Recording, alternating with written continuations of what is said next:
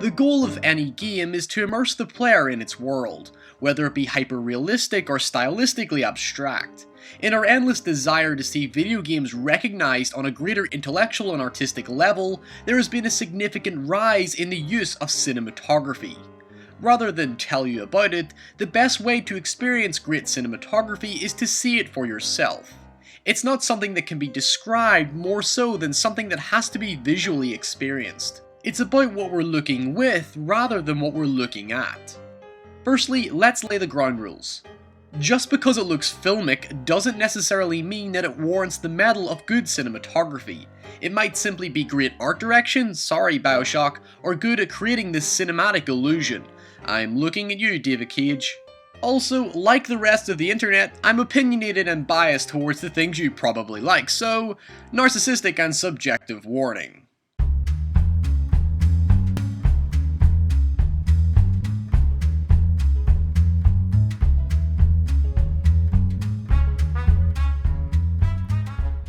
Number 10. Far Cry 2. Both color and mounted camera work play a significant part to the uniqueness of Far Cry 2 beyond other generic first-person shooters. The vast land of Africa is captured faultlessly, as the strong color saturation conveys the fluctuating weather conditions from blistering heat that disturbs your field of view to icy cold nights that make vision significantly more difficult. It's a game that simply feels all too real to play, and the intimacy of the first-person camera allows the player to experience the discomfort and exhaustion of their struggling mercenary. The fact that the player follows the character's every subtle action, whether it be jumping between the mounted gun and the driver's seat or yanking a bullet from their thigh, makes the intensity of combat far more harrowing and emotionally challenging for the player. Number 9. Red Dead Redemption. John Marston is the lone gunman, the legendary myth, the Clint Eastwood of video games, so Rockstar needed to capture the strong, dominant presence of his character. When the player rides into the sunset or through the open, quiet fields of the dying West, the dynamic silhouette, sense of distance, and emotional solitude are artfully captured. The Wild West is a dark and ominous place, but there is a gorgeous sense of adventure conveyed through the third-person perspective, as riding from one town to another gives you a chance to think and take in the mysterious wilderness both aesthetically and emotionally. Despite the camera being more wide and non-disruptive to the action, we don't ever feel like we're watching from a distance. We ride with Marston, and we sink into his journey like a faithful companion. Number 8. Spec Ops: The Line. The strength of Spec Ops is how its aesthetic changes with its narrative.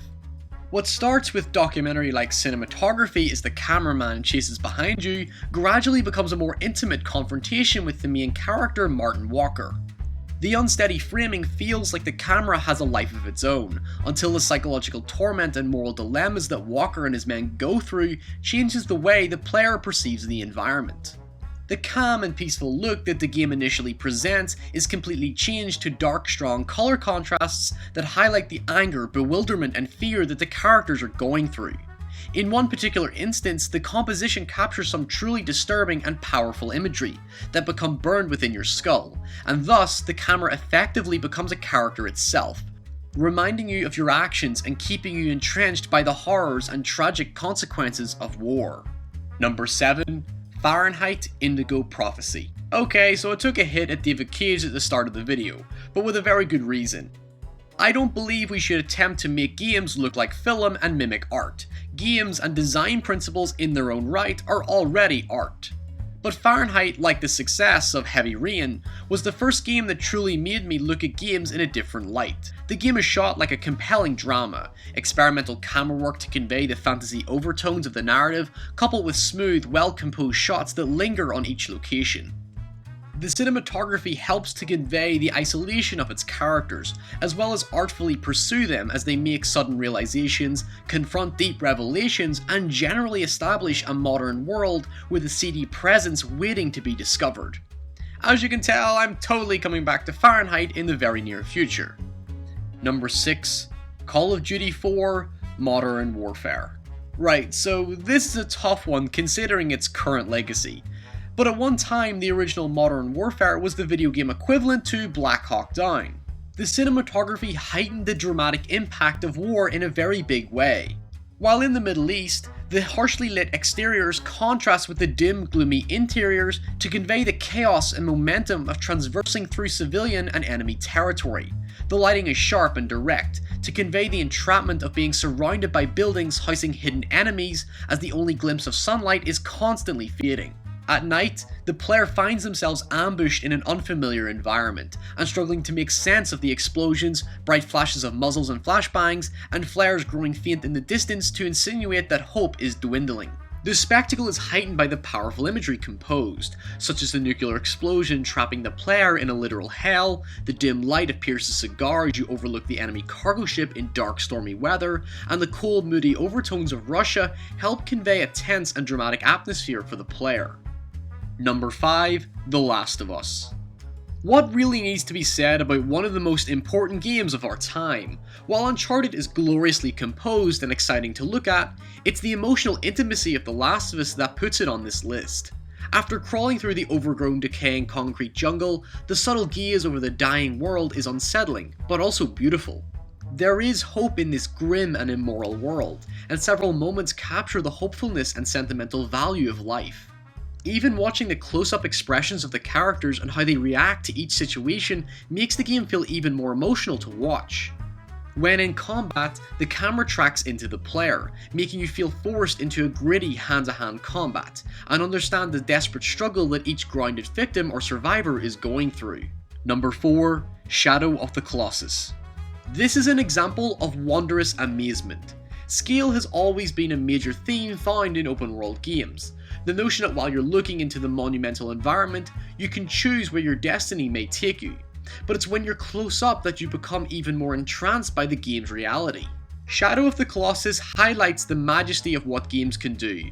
We aren't limited by the technology nor our imagination.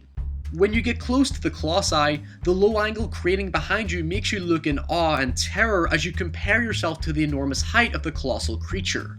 There is a genuine sense of marvel over the creatures you encounter, and as you climb them like terrain, the sense of shocking scale really starts to shine. Shadow of the Colossus, like Journey or God of War, makes you feel small, but at the same time goes to show how some games can literally be larger than life experiences. Number 3. Alone in the Dark. To be honest, I was seriously considering Resident Evil for this spot. But when you consider the legacy that Alone in the Dark has over many modern horrors, the static fixed camera angles had a major role in developing the horror we find in games today. The camera work is very Hitchcockian, as it builds suspense, taking a few keys from Psycho in the process. The camera plays largely a passive role, but appears voyeuristically, watching the oblivious player as they slowly sneak down the corridor, and there is a perpetual anxiety of always being watched. The fly-on-the-wall aesthetic adds to the sense of loneliness and uncertainty, as the player has little control over what they can see, creating a very limiting but effective experience. Number 2. Silent Hill. Yes, another survival horror, but there's something very captivating about Silent Hill in general. It's saturated with a brooding atmosphere, and is aesthetically and emotionally one of the greatest games ever made. Subjectively, of course. It's the constant sense of isolation and unknowingness which the framing captures so well. The difficulty seeing through the fog is accentuated by the camera tracking very fast behind you, almost deliberately attempting to make your experience even more intense, as if something was chasing you from behind. The use of long shots, high angles and low angles make the psychological elements of the game even more prevalent, as you feel trapped in the confines of a disturbing town. Like Alone in the Dark, the camera lingers and watches you like a threat. But there is an energetic dynamic to Silent Hill, as the camera cranes and tracks along with the character's movements, creating disorienting Dutch angles and heightening the sense of fear without even showing anything remotely interesting on screen. Number 1. Metal Gear Solid. What is there to be said about one of the most iconic and beloved franchises of all time? Yes, admittedly I'm not much of a fan. Granted, Metal Gear Solid 5 looks awesome, but it doesn't take a genius to work out how Metal Gear has advanced how we tell stories in video games. Metal Gear captures the adrenaline and energy of action, adventure, and drama. It's hard to pick an exact moment that shows the power of Metal Gear's emotionally encapsulating composition. The tightly composed scenes of intimacy and tension during stealth, the unconventional framing of various psychological and science fiction elements, and even the mature and thought-provoking images in certain shots. Action scenes are exciting, fast, sporadic, and oddly wonderful, while more touching moments such as Snake's final closure with Liquid perfectly conveys the emotional goodbyes of two of the most significant hero-villain dynamics of all time. My words do little to justify how detailed and expansive this series looks. I think in the case of Metal Gear, it simply comes down to how flawless the cinematography, art, and direction are, and in many ways, the illusion has been kept for so long that maybe we should just leave it there. Because the less we recognize during our experiences, the greater our appreciation actually is, because we become absorbed into and dazzled by the worlds that developers create. Anyway guys, that's my list. Make sure to leave your thoughts below, and if you liked the video, would you kindly subscribe and share the video, as there's plenty more content on the way.